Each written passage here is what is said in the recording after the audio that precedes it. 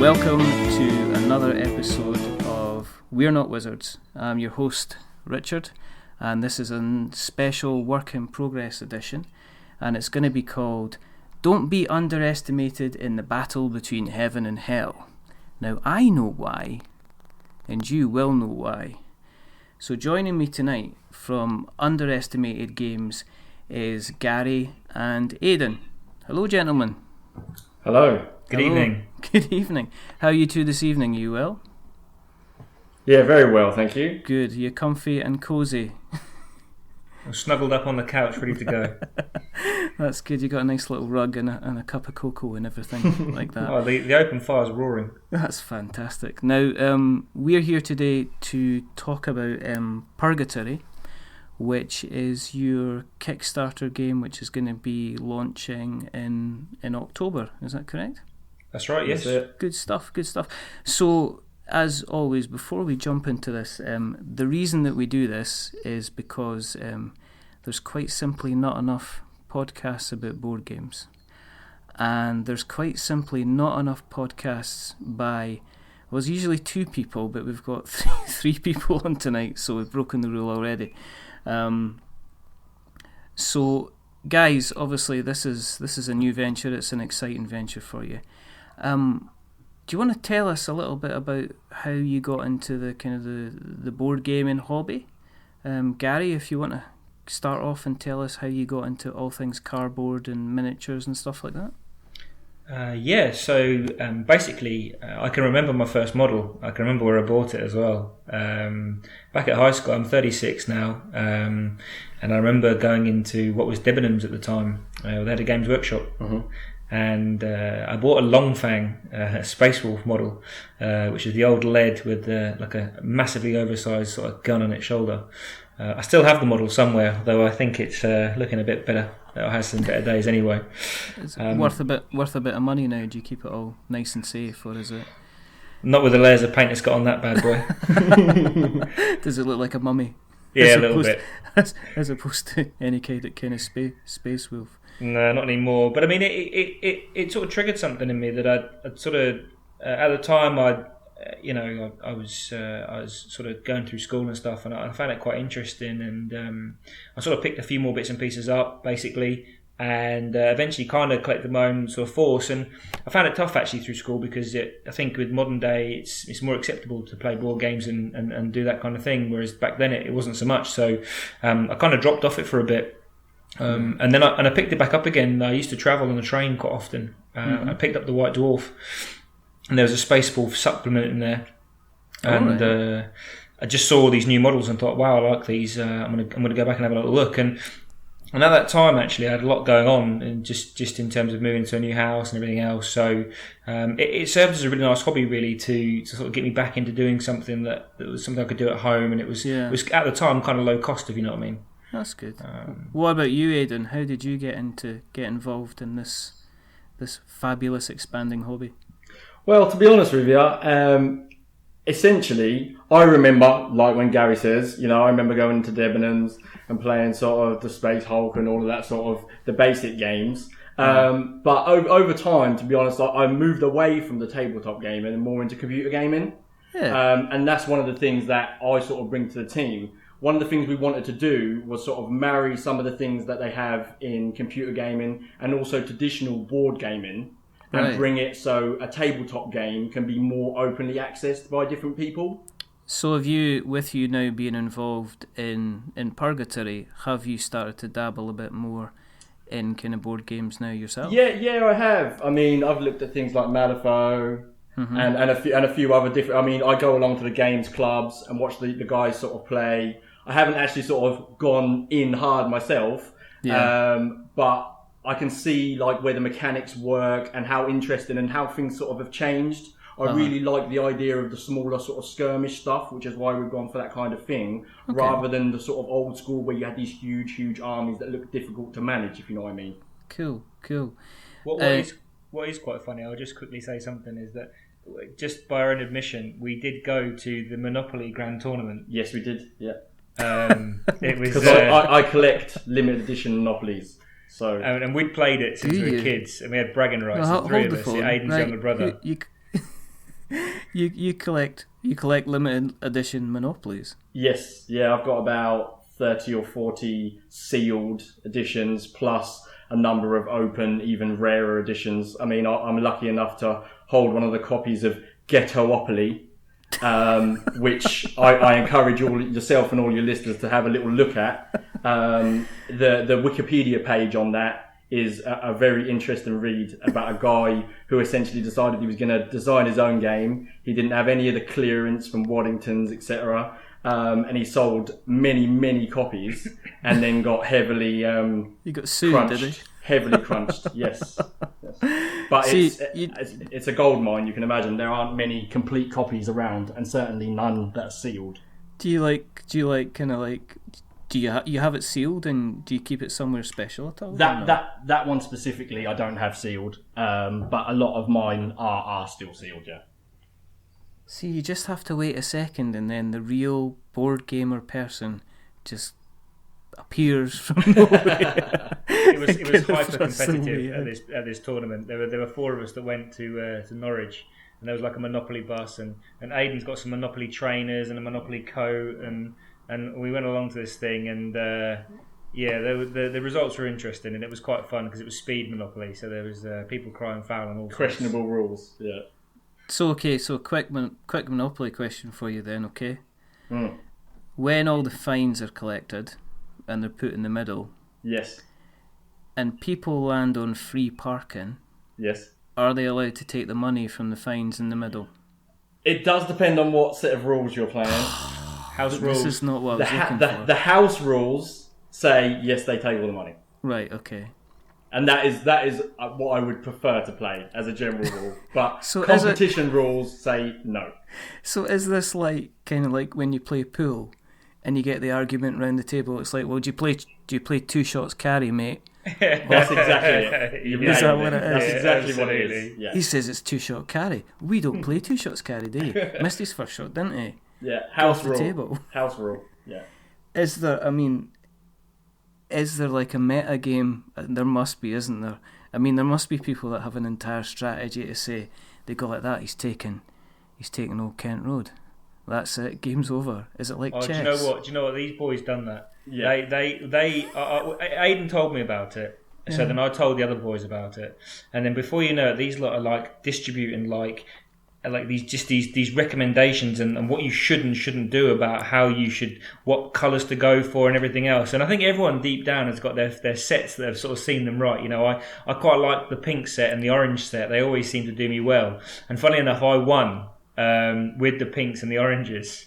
I always ended up getting Old Kent Road in that set, and then on the other side hitting Monopoly. So what would happen is they'd land on Mayfair. And was it Park Lane? Park Lane, yeah. And they'd land on that and they'd be like, what? And then they pass their goal, so they get their 200 and they think they're safe. And then they land on Old Kent Road on the other side and I just hit them again. Just smack them down. Quick 400. I'll have my 400 from a hotel on Old Kent, please. Oh, this is fascinating. I'm really interested because normally the conversation about Monopoly is, so you played Monopoly as a kid, yes. Did everybody have big fights? Yes.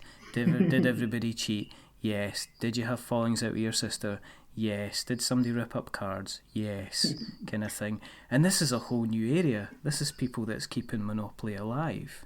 Do you know what was brilliant? We had, because Aidan's younger brother used to play it, so it used to be me, Aidan and his younger brother.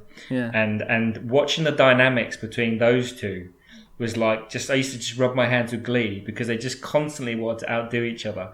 And I'd just literally swoop in, just sneak in the back door and win the game because they were arguing like hell. Is it like watching kind of like 2 grandmasters at chess?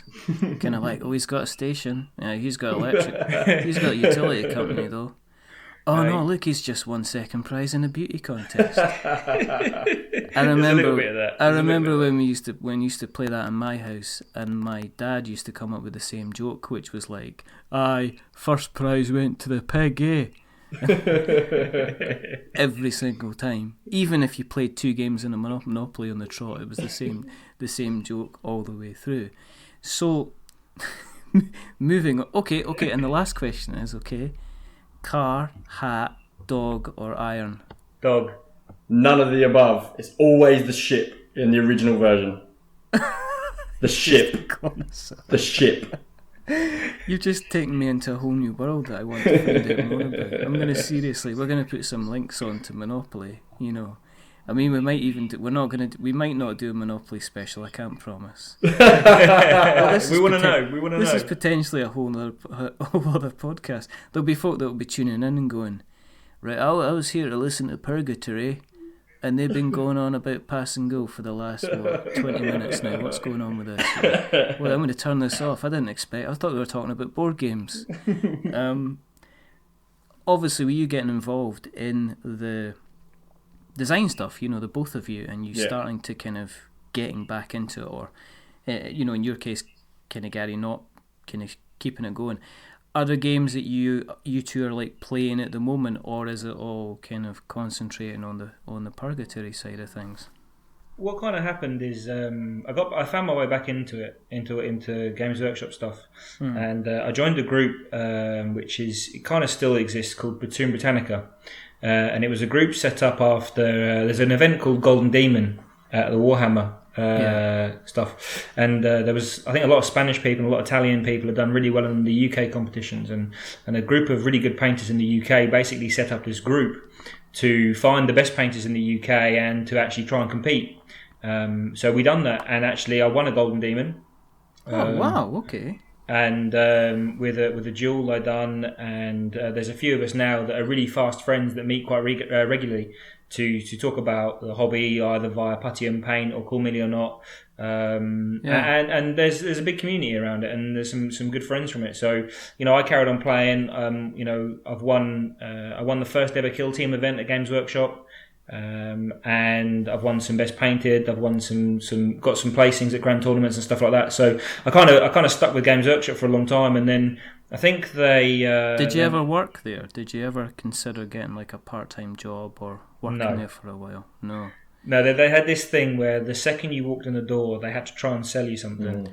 And, I noticed that. That's what I always put. This is what I was going to ask, because the culture in there was, I think it was the first hard sell kind of place I'd ever walked into, where people didn't, because people usually follow me about places thinking I'm going to steal something. You know, I've got that one. I've got that kind of face. You know, I can't go in anywhere expensive. I end up like Julia Roberts in Pretty Woman. You know, people just go, you know, I'm just going, so how much is this tuna? And they're like, no, I don't think you want that tuna. It's like, well, it says on the shelf it's 79 pence. No, I don't think you want that tuna. I think you maybe want to go to the tuna shop down the street, kind of thing. So, and so I was always used to kind of like not, you know, getting followed in. But then what happened is they tried to engage you in some kind of conversation. And I remember there was a Games Workshop in Edinburgh on the Royal Mile. And used to go in it, and the first time it's kind of wondrous, because usually retail places, and this is going to sound awful, but normally retail places, usually guy-focused retail places, kind of generally leave you alone. Because if a guy's going in for a set of something, he just goes up to the counter and says, right, I'm having these jeans, they're size 36, I'll take them. And they don't expect any customer service. I'm walking into Games Workshop, and this guy's following me about, and I goes, oh, here we go. I'll be asked to empty my bags out or something like that. And he says, so you in here for anything special? And it was looking at the, it was when Advanced Space Crusade was out, and Games Workshop, White Dwarf had been starting to release the kind of little expansion scenarios in the magazine. So I was I was getting some orcs, basically. And this guy approached me, and it was really scary to have somebody not only try to have a conversation with me, but try and, you know, get me to buy all these things. Do you know what's great about them as well is that, and you know, there's a certain degree of gentle stigma that applies, because these people come and approach you and try and talk to you, but actually some of them are the most socially awkward people in the world. You can imagine the staff meeting in the morning, guys. what we gonna do? Remember, it's eyes and smiles and teeth, and most of all, confidence. Try confidence. Yeah, I can imagine that. Kevin, stop picking your nose, Kevin. Confidence, Kevin. No, don't wipe it in your sleeve, Kevin. Now remember, it's a special 10% off and you get a bonus if whoever sells the most Urukai orcs as well. So, Absolutely. so that's what it is. But God bless them. That's what I say. Well, it got me into the hobby, and I'm still, as much as I don't necessarily sort of go for everything Games Workshop now, I've got a bit of a blend, and obviously we're doing our own thing. But I still make a point of going in there and seeing the local resident Jeff and just chatting to him from time to time, because he's a decent guy, and actually he's almost like leveled up. He doesn't approach you now anymore. He just stares at you. He's he just comes and talks to you and says, is there anything you need? No, right, let's have a chat. How you doing? So it wasn't even that at the time. It was the fact that somebody goes up and you just come up and sidle up to you like this, and they would just come closer, and closer, and then they would go, it's the elders that you want, and possibly some ultramarines, and then they'd step away like you were going to turn round and maybe lamp them one. It's bad when you kind of sense somebody near you rather than see them first. Exactly, but no, that's not fair in Games Workshop. They built an entire business. Oh, they're excellent. Basically, and they are obviously kind of very, very good at what they do. So in terms of other board games, is there anything else you guys are thinking about playing, you'd like to play, you'd like to get your hands on, or is it all just Purgatory up to the eyeballs at the moment?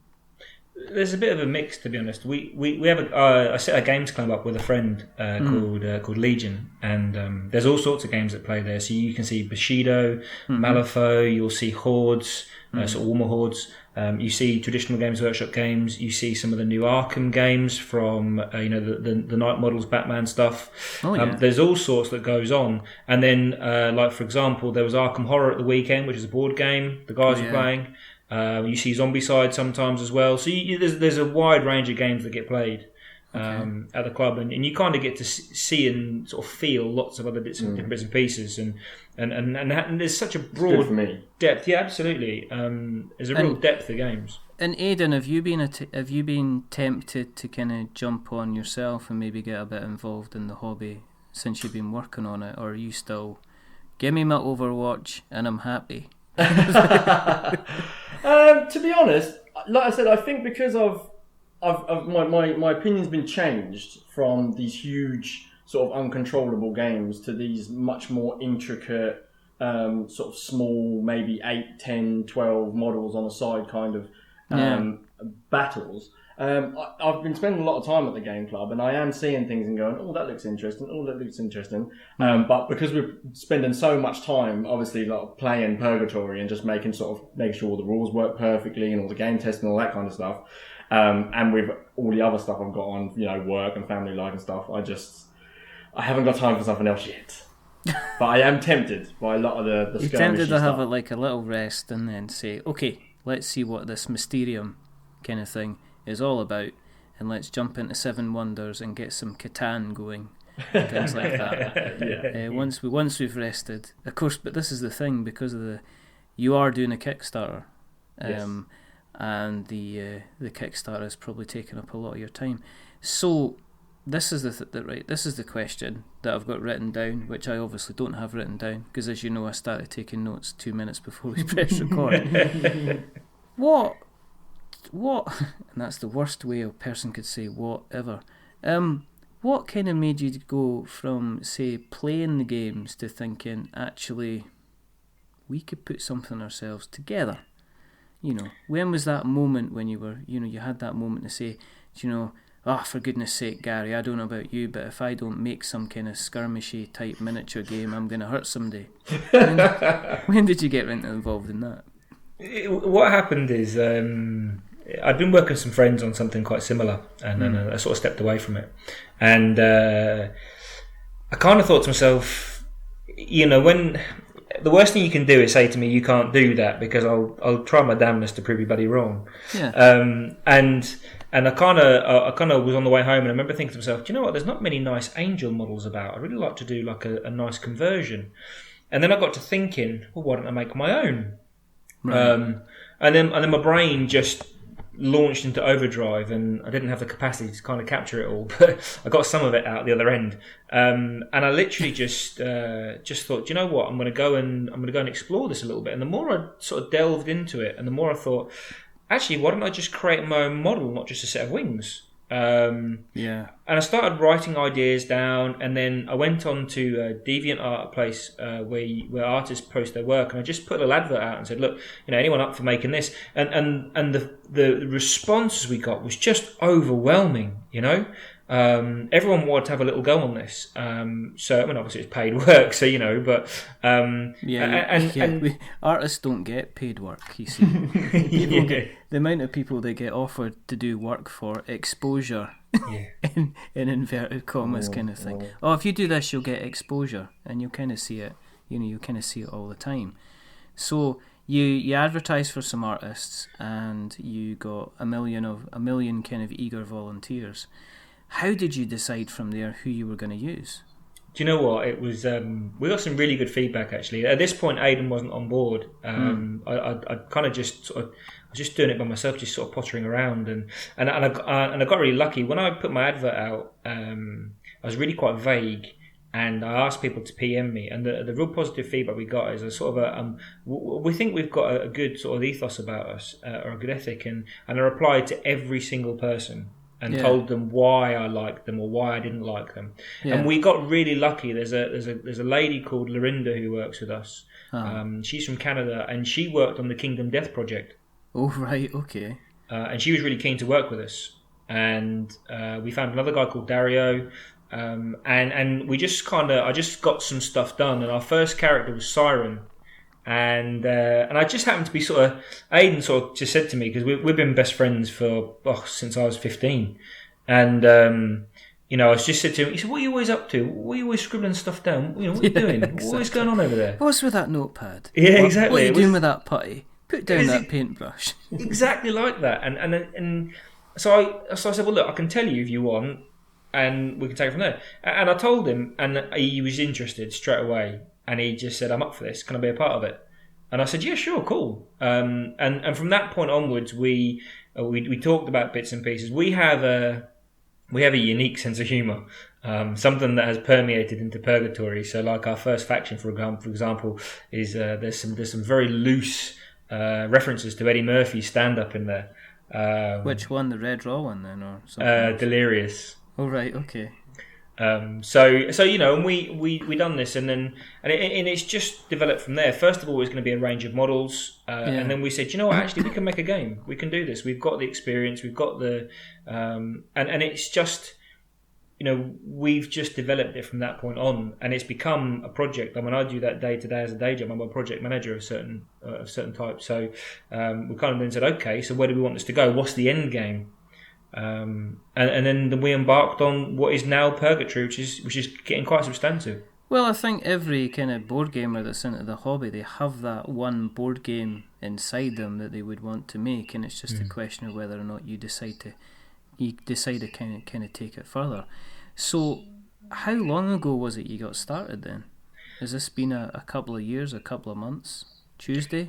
We've got a lot done since Tuesday. Last February was when we started up. So not this February this year, to February 2015, and it was a slow burner. It was just literally chucking money at buying some artwork and sort of seeing where that took us, and then we started making faction stuff, and then we kind of grew, and we went to Salute, which is the Games Expo in London, by South London War Games, and we went to see how we would get on.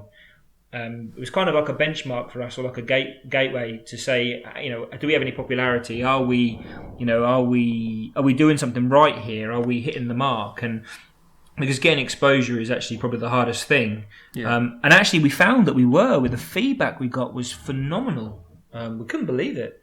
When you stand there and you have a brain fart, a few months back, and you're just thinking about making some angel wings, and then the guy just comes up to your stand and says, "Oh, there you are. I've been looking for you. I've come to buy this." and you just kind of go, "Wow." What was that? That must have been a kind of a wonderful moment. I think if you're a creator, everybody kind of, that first bit of recognition that you get is kind of very, very important, because you're like kind of thinking, kind of potentially could be doing something right here. So that's quite good. In terms of the game itself. Do you want to explain to me do you want to explain to the listeners as well a little bit of background to it, how it what it's about, how it kind of works and things like that? So yeah, sure. The world of Purgatory is it's set around the war for heaven. Okay, so I went to a Church of England school at primary school, and I sort of knew the Bible pretty well. I have my grandma and granddad are quite religious. That doesn't mean to say that I'm heavily influenced by it, but I have a good sort of foundation of an understanding. Yeah. And that was with the angels kind of thing. I thought about it, and then I looked at events in time, and I thought, what can I do? And I found the war for heaven, and the war for heaven in terms of the Bible kind of happens at the same kind of time as the height of the Egyptian pharaohs and the Chinese dynasties. Yeah. And then I thought to myself, do you know what? Actually, I don't want to do heaven and hell, because actually, when you start talking about religion, you have to be very, very careful and respectful, because that's quite important to some people. Yeah. Yeah, I don't think you can just tread on somebody's toes just because you're trying to be creative. Absolutely not. No, you never know who you don't want to try and go out your way to kind of potentially offend people as well. Exactly.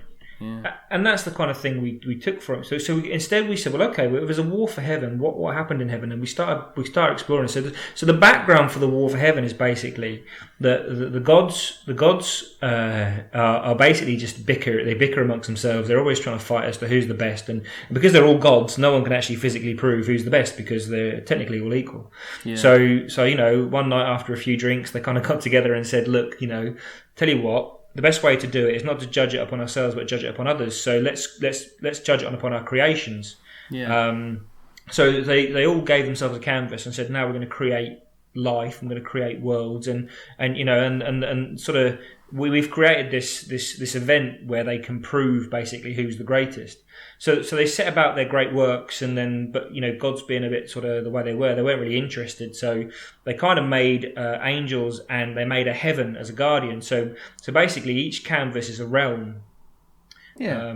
And within the realm are galaxies and planets and different types of races and whatnot. And then the heaven is basically the anchor, and it's like a gateway. It's like a defense mechanism. They are in charge of that realm, and they are there to make it grow, and they are there to police it. To a certain extent, the gods didn't care. And then we created this thing called the Celestial Games, where the way the gods would demonstrate who was better is they would have these barbaric games, basically, a bit like good old-fashioned gladiatorial or come Olympics. Yeah. And then the one who got to 101 victories in the games would be the god who was clearly the best at creation, because they'd done that. And then we kind of said, okay, now we've got some deeper background. Let's focus on what Purgatory is. So Satan was the angel in command of the seventh realm. So we're basically saying there that the humans weren't the first. We're not the last. Actually, we've just been looked over. We're not important. We're not that great. There are races and beings out there much greater than us. And the way we've said it is that where a realm falls into chaos or it devolves or anything else like that, basically we call it a hell. So a hell is a designation. A heaven is a designation. It's a place. So a heaven is somewhere that guards a realm, and a hell is a heaven that's just been overrun by the realm, and the realm is just now you avoid it at all costs kind of thing. Okay. And then so what happened is Satan tried to get the seventh realm to be one of the places the gods was illuminated by the gods' light. And they kind of just said, look, no matter what you do, the stuff in this realm just isn't good enough. You need to accept it. You're not going to be one of the chosen. And he didn't like that. And he kept trying to prove them wrong. And eventually they just turned their back on him and kind of just cast him adrift. And then this is where some of the traditional elements come into it, where like actually he was bitter and twisted about it. And then he said, well, okay, if you don't want the heaven, I'll be a god of my own heaven. I'll control heaven. Yeah. And then the great schism broke out, where angel would fight angel, and where Satan would make his play, and then we kind of tied in our character Siren quite nicely, because she was kind of banished from heaven, and then she saw it all unfold, and she shimmer shifted. We call that's like a teleportation thing, where she appeared in front of the gods, and she told them what was happening, and then sort of Saint Michael, the greatest of all the archangels, sort of turned up, and then the war for heaven really began, and the fallen angels were kicked out, and they were scattered through the realm, and a lot of them landed on Earth, which is where we pick up the story about where humans enter it. They kind of went into hiding, and they didn't even communicate with each other for fear of sort of someone just sort of dropping them in it, or like being underhanded or whatever. And they started to manipulate humans. A lot of the wars are a result of angels just trying to manipulate humans and everything else. And eventually the angels just came out and said, right, we're here. They revealed themselves, and they just basically tried to enslave the human populace and take it for their own. Although each angel has different agendas. Some want to see it sort of smashed and ruined. Yeah. But St. Peter, for example, he doesn't want to do that, actually. He wants to just be like a big kingpin. He wants to kind of rule it as a king kind of thing. Organised crime. That kind of stuff. So you've put this all together out of your head, because it sounds like it's a cohesive kind of plot here and description here and everything like that as well. It's obviously tied into what you've learned at school and things like that, but you've got a definite, because I looked through the rules and there's kind of like there's flavor text there, there's information there, and it sounds like you guys have been sitting down and you've fully talked this out with what's happened and how the game has ended up where it is. So in terms of where are we now, what's happening at now? What is causing these characters to kind of battle each other then? Where are we with that? The big thing we had is that, you touched on it there, and we wanted to, one of the big things we want to try and convey to people is actually we have depth. It's a world, isn't it? We've created a world with, like you said, from within our minds, but with some traditional elements as well. So, and we want people to understand that although we're going to produce a wonderful game, we're already producing high quality art and high quality models. We also want the longevity and the backstory. We want people to buy into the world, not just the game. There's heavy Games Workshop influences, because of one thing. No matter whatever you say about the other kind of parts of Games Workshop, one of the things that's been fantastic at is building the worlds in which its games are based around. And take this as either a compliment or a horrific insult, and the line will just go, "Drink." The other person has hung up. That you're going for world building before you go for kind of like the game itself, which is very, very impressive. Something we learned, or something that I certainly thought about a great deal, is that I've noticed that people buy Kickstarters and they get excited by them, and then they get all animated by them, and there's this big rush for it, and then they grab it and they play it, and then it goes on the shelf, and then that's it. And we didn't want that. We wanted to try and bring back something a bit. It's a unique spin on something quite traditional. We want people to make friends through gaming again. Yeah, I've made a lot of friends through gaming. Some of my best friends. Yeah. And actually, you can't do that if the game has a very short lifespan. So what we've done is, the reason we've created this. We've already got like nearly 70 characters. They have rules. They have personalities. I've seen a lot of them, and they're very, very impressive. You're right. The artwork is very, very good, and some of the models that you've been seeing, because I've obviously been looking at your page, are very, very impressive as well. Thank you very much. That's very kind of you. And we want to, we know what Phase 2 is. Phase 2 is Satan and Michael. So Phase 1 doesn't include them, but there is a Phase 2 already. So we want to give people something to look forward to.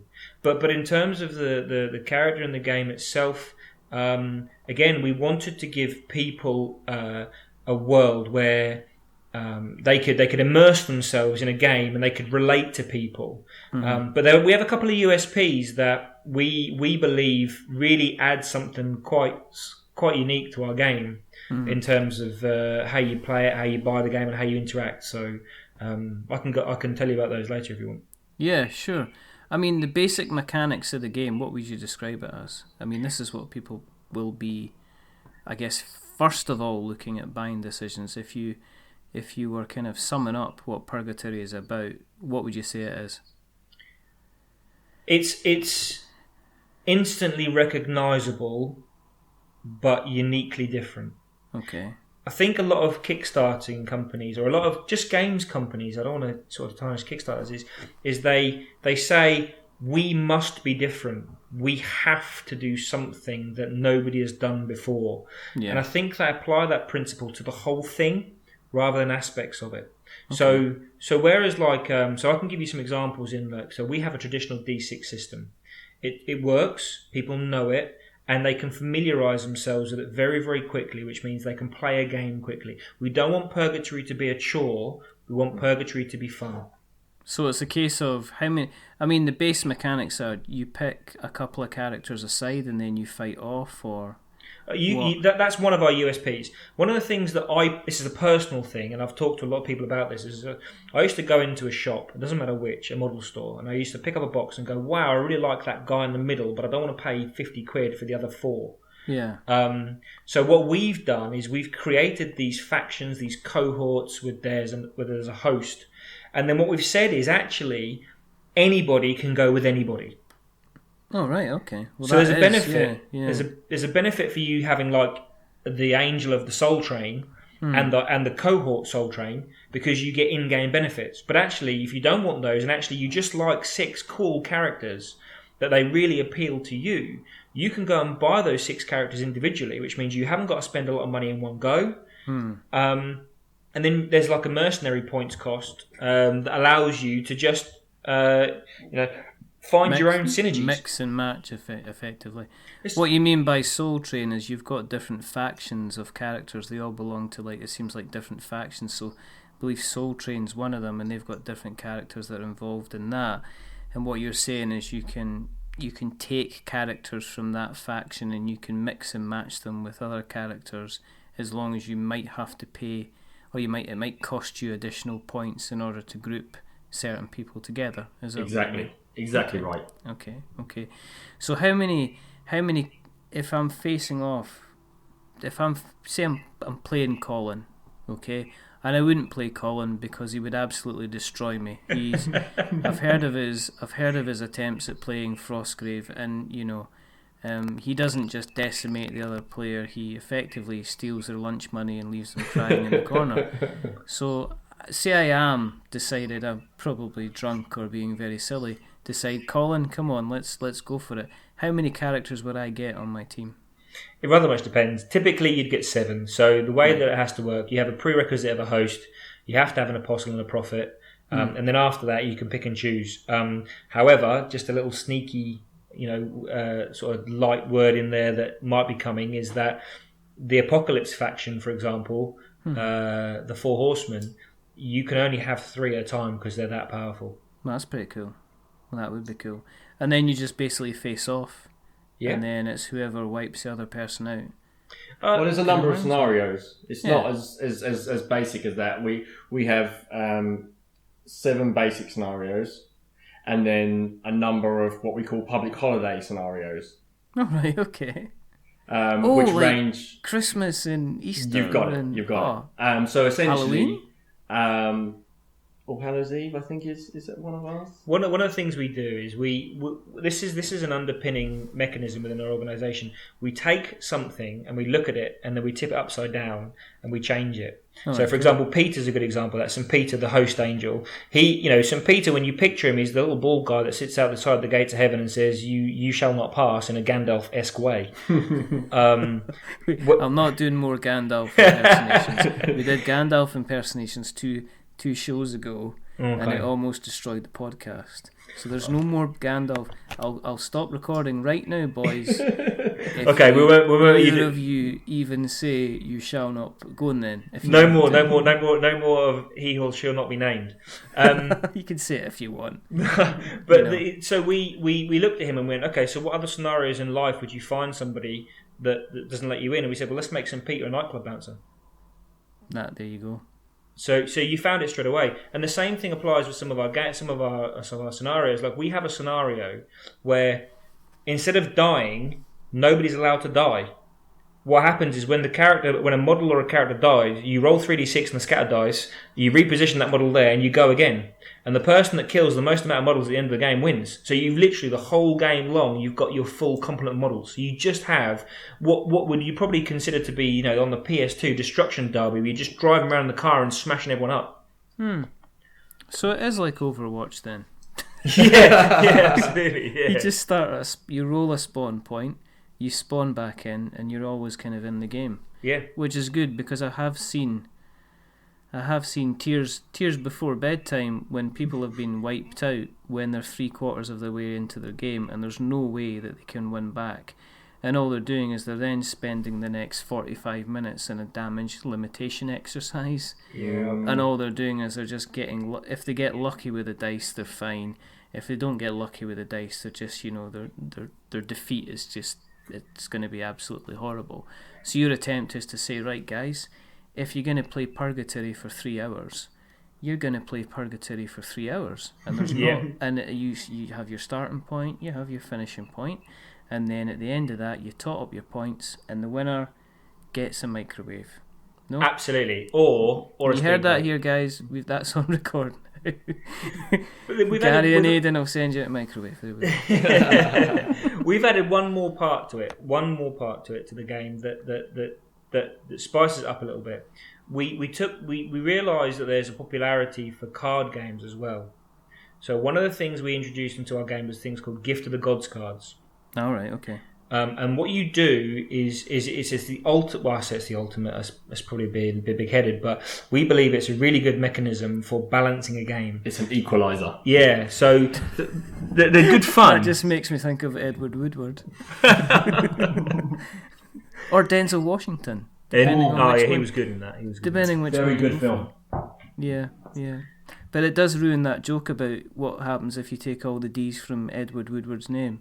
He becomes Iwa Woowa. You can't do that with Denzel. I've not heard that. He only becomes Enzo Washington, which is rubbish. That was good. So you equaliser. Sorry, you're in Tangent City, boys. You're in my town now. But no. It's good that I can remember equaliser cards. These equaliser cards. What did they do? They're just a bit of fun. They are absolutely fun. Our game needs to be fun. So we've got... What you do is you build your own deck of cards. So in the box you'll get 60 of them with 2 of each, so 30 different cards, and you can build your deck. And the way that it works is that we know that some people have different incomes, different life circumstances. So what we kind of said was we wanted to release lots of these cards, and we thought, well, actually, we don't want... a typical gamer guy to come up, a power gamer, and say, I've bought all of the cards, I'm going to win as a result. So what we do instead is at the start of the game, you bring your deck along each, you place it down, you roll a d6, and the person that wins the roll-off chooses the deck that's used for the game. And then both people draw from the same deck. So, right, okay. So you're not yet okay. So this isn't a Magic the Gathering type scenario. No, somebody comes in and saying, "Well, I'm playing my ultimate rat face destructo thermonuclear warhead card." Exactly. And you're just like that. You have to think. A land. Because I'm coming at this from not a fully traditional, wargaming background. Everything that is in a game where I think. That shouldn't work like that, or why is that overpowered, or there must be balance. I mean, I used to work for one of the biggest MMORPGs in the UK, and everything's about balance. Yes, so all the things that we don't like or we feel shouldn't be that way, we've gone almost like, you thought you were smart by buying all the cards. Now, how do you like this? How'd you like them apples? Exactly. But it also gives people a chance to play with cards they wouldn't normally be able to. Yeah. And they're fun little things as well. And they're silly. So like Mario Kart, you've got red turtle shells. Everyone hates it when you get a red turtle shell. So we've got a Gift of the Gods card that just sends red snails, around the board, and they just do damage. They ignore line of sight, and you just throw D3 red snails out, and they go and kill you. It's it's just childish stuff, you know. And there's a childish theme to some of the cards we've got, some of the characters. I mean, like we chatted to a guy last week, and he said to us, "We really like the fact that you've got a move called the clap." And he's like, "Is it the clap or is it the clap?" Is it a visit to a doctor, or is it a mad round of applause? Well, it depends. Are you going into a room of doctors where you have to perform? Absolutely. It's all banter. We're trying to create the fun. Yeah. We're creating the fun. Yeah, I guess that's one of as I say, when I go to the club, and that's not the club, but the club. If you go into the gaming room, which is like Ravenholm in Half-Life 2, we don't go to Ravenholm, and we don't go into the gaming room club. There's a lot of serious faces going about in the gaming room club, and they've got these massive kind of 12-inch high models, and they've got their tape out, and there's not, you don't see. It's serious, and you know they're having fun, but it's concentrating really hard fun. They need to have a sit down afterwards when they've had lots and lots of that type of fun. So it sounds to me like you're trying to kind of break that open a little bit and inject a little bit more humour in there instead. Definitely. Yeah, Absolutely. And do you know what? One of the games, there was a game called Necromunda, and I used to play it with a good friend of mine. And you'd get down at eye level, and you'd be sort of shouting across the table, "Stop being a chancer! You can't see me. There's no way you can see me. Pack it in, mate. Come on now, stop it." But like I used to have a foosball table at my old company, and there was a house rule that if you were beaten 10-0, you had to run around the foosball table in just your pants. Okay? The granny.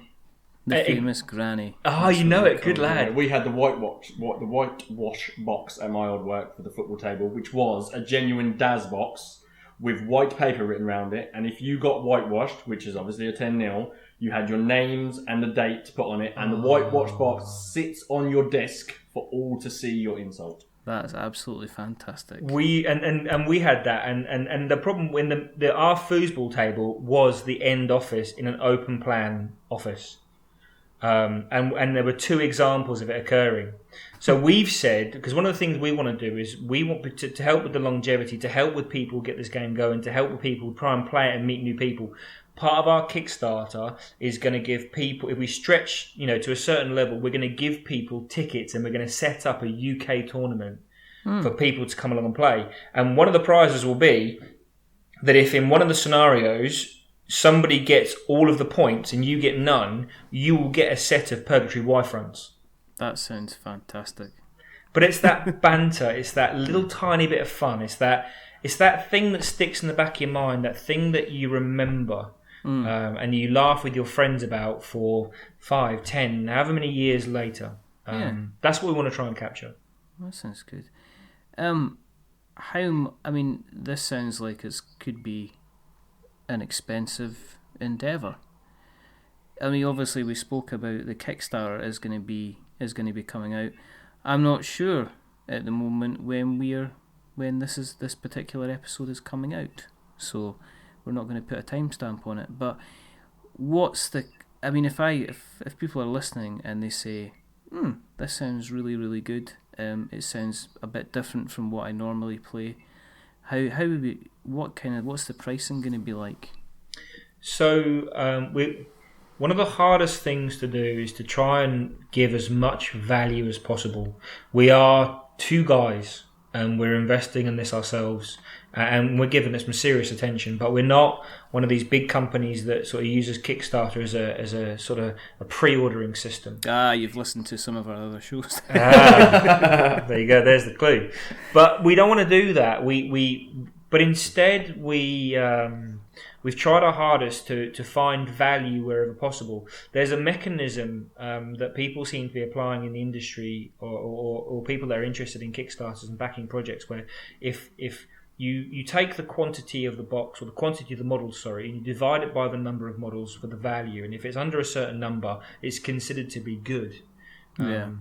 We've gone for a number of different things. So we have different stretch levels. There's a sweet spot. So for £65, you can get a really nice box with a really cool cover. It has a set of physical rules in there. We've listened to people. They want physical rule books. They don't want digital downloads. You get dice. You get tokens. You get, one of the factions in there, the Soul Train in this example. And you also get 60 Gift of the Gods cards, all of the stat cards, and some lovely artwork for 65 quid. There is a Murder Inc. version, which is the other faction that we're starting with, but within that box you get a model that's 4 times the size. It's a Minotaur that's 4 times the size of any other model. That's pretty cool. That's a Minotaur with a box, isn't it? Yeah, that's right, yeah. So Minotaur with the 4 arms, the box, and he's putting bodies into his oven. You've got it. That's the one. And then we've got a sweet spot. I do look at notes and I do look at pictures and stuff before. I seem incredibly unorganised, but believe me, I'm just acting like a bumbling idiot. So you get that Minotaur, and how much is that going to go for? So there's one where you get so the £65 is the Soul Train. Then there's a Minotaur box, which is Murder Inc., which is £80 because he's just that much more expensive. However, what we've done is by adding the value, we've said for £99 you can get 15 models. Yeah. The rules, the cards, the stat cards, everything you need to play a game against your friend, you get for £99. Which compared again, if you're going back to your Games Workshop prices, that's not bad at all. That's really, really that's value. Decent value right there, yeah. That's what we're aiming for. We're aiming for the value. We think so.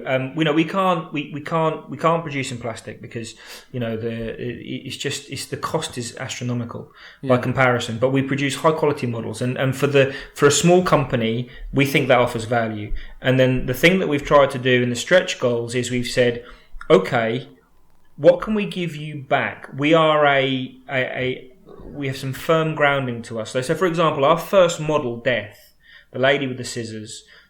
We didn't make a decision at that point that every single model would have its own unique resin detailed base with each model. Yeah. But what we've said is that everybody who bought a Death, when that base has been produced, which is in the middle of now, we will send every single person that ordered a Death one for free. That's pretty cool. Because we want people to have the full model. Because there's no point in them having one model in their collection that doesn't have a unique base with it. Yeah. And we give stuff away as well. The Kickstarter's got, the stretch goals have got stuff where we give something away, and then we ask, if it stretches far enough, we've got more models. There's a total of 5 factions that can unlock in the Kickstarter itself. I take it everything's going to be available after the Kickstarter. Yeah, absolutely. We didn't want to have a limited edition model. We didn't do that. We had an event only model where we can decide what an event is, and it always gives people the opportunity to always get it. So there's no penalising. The only thing we're going to do is anybody who's been given a Kickstarter code because they've supported us at certain times throughout our progress, they'll get some Gift of the Gods cards that they can only get. But they're not game changing. They're not models that nobody else can get hold of. Yeah. We've done it so that everybody can get hold of something that they really want. Yeah, this is my view, and my view alone, is that I'm not the biggest fan of Kickstarter exclusives. I think that they they're a bit against somebody that wants to be involved in a campaign but maybe can't stretch that extra kind of £20-30. And especially with the way the exchange rate is, there's still the vast majority of Kickstarters out there come from the US shores. So I think, as we said on previous shows, that $100 kind of cool me or not kind of game is now, rather than costing you £60-65, is costing you up to £85 now as well. So by putting those in place, and I guess saying to you, oh no, because you don't have enough money, you can't get access to this kind of special model. So that's good to hear that you've said you can get access. I take it that the models, whether they get unlocked or not during the campaign, you're going to be releasing those over a period of time as everything grows, yeah? We certainly hope so. Yeah, we've listened to people as well. There were two examples of listening to people. We'd finalised our list and when we talked to people about it, and and we got a bit of feedback. The first one was, well, can we have a Murder Inc. box only rather than just a Soul Train box only? And we said, yeah, okay, why not? We'll do that, no worries. Mm-hmm. And then we had people say, well, I like your game, it's cool, but I'm a painter. I want to buy just some of your models. So we've added a buy 3 for X option within the pledge as well, so that if they want to, people can just pick and choose. Yeah. The other thing that we've done to reward our loyal customers who've kept us going, or have got our progress to now, is we've said that if we fund, or when we fund, hopefully, if you've bought a model and you want to swap it out because you don't want to, we will entertain that. And with any unlocked models. So if they say, look, I don't want the next faction that's unlocked, but I quite like that one model in there, and I bought this one previously, can I swap the two around? We'll say yes. Because a number of the models obviously are available today. Yeah. So obviously we've got a fan base who already have got certain of the models that will be in the initial factions. So yeah, you don't want them kind of getting... it's not doubles, it's not like collecting football stickers. Yeah, swapsies. back at print. Oh, got need. Give me it. Oh, no. How many Games swaps for a Workshop shiny? Yeah, exactly. Have you got the shiny thing? Yeah, I remember opening up a packet at primary school and having the Scotland badge because it was the World Cup 1986. And I got... Nice. Well, I already had the Scotland badge. So the offers that I got were just ridiculous, And I said, no, Mr. Head Teacher, leave me alone. You can take your £10 back. No, that's another story. It sounds really, really interesting. I mean, I'm not a skirmishing guy myself. This is not my bag. This is Colin's bag. Colin plays a lot of Frostgrave. He was playing Frostgrave, and this kind of sounds, to me, even looking at the models and the way you guys, what have you described tonight, it sounds interesting to me. It sounds something that, I think it's always worthwhile checking out. I think any kind of Kickstarter that's coming out there is always worthwhile checking out, because you might end up enjoying something you didn't expect you were going to enjoy, except joyriding. Don't do that. Obviously, what we'll do is when the Kickstarter's launching in October 10th, which is a little while away, we will obviously make sure that is added to the show notes at the appropriate time. If people want to get in contact with you, if people want to find you, how do they get in contact with you? How do they have a look at Purgatory? What's the best way to do that? There's lots of different things. We're quite active on social media. We have a Facebook page, so it's www.facebook.com/Purgatory Miniatures. Okay. We have a Twitter page as well, which is at Purgatory Minis. We have a website, which is www.purgatory-miniatures.co.uk. We have Instagram, and we put a lot up. So I paint the models, so I quite often share it around painting groups and whatnot. And we also have a sort of a closed group of people that we've let play test, and where we give advanced sneak peeks to people so they can have a little look. And anyone can request to join that if they want to, and become part of the Purgatory community. So. We're building it quite steadily. We have over 1,500 likes on Facebook now. Cool. That sounds like a good little community ready to go when the campaign goes. As I say, when we release this episode, as soon as we know what the Kickstarter campaign link is, then we will make sure that it's added on to the show notes for people who are listening now. If you're listening now and it's after the 10th of October, if you scroll down and click on the show notes, there'll be a nice little link to Gary and Aidan's kind of Kickstarter campaign. So I'm speaking to people in the future, not people just now, but people in the future. I've just probably confused everybody. Listen, guys, thank you very, very much for coming on the show tonight. I appreciate you kind of coming on and spending the time talking to us. For everybody else, if you want to stay in contact with what we do, you can see us on Twitter at We're Not Wizards, Facebook.com/We're Not Wizards. You can email us, which is magic@we'renotwizards.com and .co.uk, and you can see us on Instagram at We're Not Wizards as well. Now, the main thing is though that we are many things, but we're not wizards. Are we wizards, guys? No, you're not wizards. Fighting the battle between heaven and hell. But again, just thank you, Gary. Thank you, Aidan. We look forward to seeing the campaign. Best of luck with it.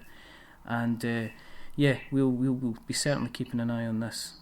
Do you want to? I think so. From me, that's a goodbye from me. Do you want to say goodbye, Gary? Goodbye, all. Do you want to say goodbye, Aidan? Goodbye, all, and join the war for heaven. And it's goodbye from me. Good night.